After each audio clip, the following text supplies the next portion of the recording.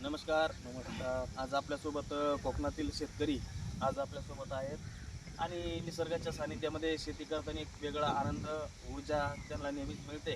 तर आज आपण त्यांच्याकडून जाणून घेऊया, की नेमकं हे कशा पद्धतीने पिकवलं जातं, याला पाऊस किती लागतो, पाणी किती लागतं, या सगळ्या गोष्टीचा आज आपण या ठिकाणी उत्तर यांच्याकडून घेणार आहोत. तर बघा, या ठिकाणी तुम्ही जी शेती केलेली आहे, या शेतीमध्ये तुम्हाला इतक्यामध्ये किती गुंठे आहे?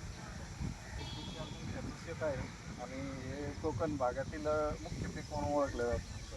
हे जे पीक आहे ते पीक घेण्यासाठी पावसाचं प्रमाण थोडं जास्त लागतं आणि उत्पन्नाचा विचार केला तर अल्प उत्पन्न याच्यातून मिळतं. जसं की बाजारपेठेमध्ये भाव बाजारपेठेमध्ये भाव पण अल्प प्रमाणात मिळतो आणि उत्पन्न म्हणजे घर धकेल या पद्धतीनेच उत्पन्न या ठिकाणी आम्हाला होतं आणि बाजारपेठेत न्यावं विकावं नफा मिळावा या पद्धतीने होतं. या ठिकाणी निसर्गाच्या सानिध्यामध्ये राहून शेती करणं अत्यंत कुतूहलाची गोष्ट आहे आपल्यासाठी. आणि इथं त्यांचं पाणी आणि पावसाचं प्रमाण जास्त असल्या कारणाने हे पीक त्यांनी निवडलेलं आहे आणि त्यांचा प्रपंच देखील याच्यावरती चांगला चालतो, असं या शेतकऱ्याचं मत आहे.